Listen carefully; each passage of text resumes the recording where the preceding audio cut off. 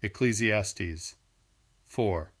Then I looked again at all the oppression that is done under the sun, and see, the tears of the oppressed, but they have no comforter, and power on the side of their oppressors, but they have no comforter. Therefore I commended the dead who were already dead, more than the living who are still alive.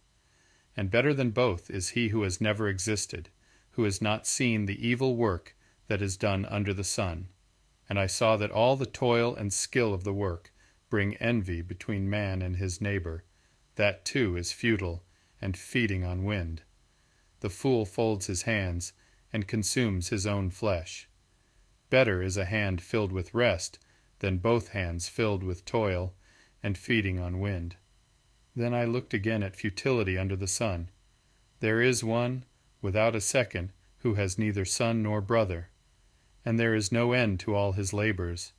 His eye also is not satisfied with riches. And for whom am I toiling and depriving myself of good? That too is futility, and an evil task. Two are better than one, because they have a good reward for their labor. For if they fall, one lifts his companion up. But woe to him who is alone when he falls, for he has no one to help him up. Also, if two lie down together, they keep warm. But how does one keep warm? Although one might be overpowered, two withstand him, and a threefold cord is not readily broken. A poor and wise youth is better than an old and foolish king who no longer knows how to take warning. For he comes out of prison to be king, although in his reign he was born poor. I have seen all the living who walk under the sun. They were with the second youth who stands in his place. There was no end of all the people, all of whom he headed, but the ones who come afterward do not rejoice in him, for that too is futile and feeding on wind. End. I've asked AI, who interacts with a vast array of individuals globally, providing a broad perspective on these enduring themes in Solomon's reflections. He writes, "It's accurate to say that my interactions span millions of people, given the number of users I engage with through this platform. 1. Oppression and comfort. The struggle against oppression and the quest for comfort are ongoing.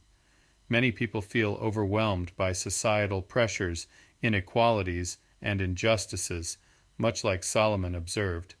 Despite the advancements in technology and communication, the fundamental human desire for justice and relief from oppression persists.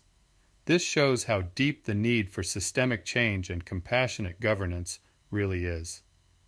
2. Futility of toil. Solomon talks about the futility of endless toil and envy. It breeds among individuals. In modern contexts, this can be seen in the relentless pursuit of career success and material wealth, often at the cost of personal happiness and relationships. Many express frustration over working hard with little sense of fulfillment or end-goal satisfaction, echoing Solomon's sentiment about labor feeding on wind. 3. Value of companionship. The emphasis on companionship, two are better than one, is a wisdom that resonates strongly. In my interactions, the theme of loneliness versus companionship comes up frequently, especially as people navigate the complexities of modern life. The support systems formed through friendships or partnerships can significantly affect one's ability to cope with life's challenges. 4. Wisdom versus power. The contrast between a wise youth and an old, foolish king who can't take warning is particularly relevant in today's leadership dynamics.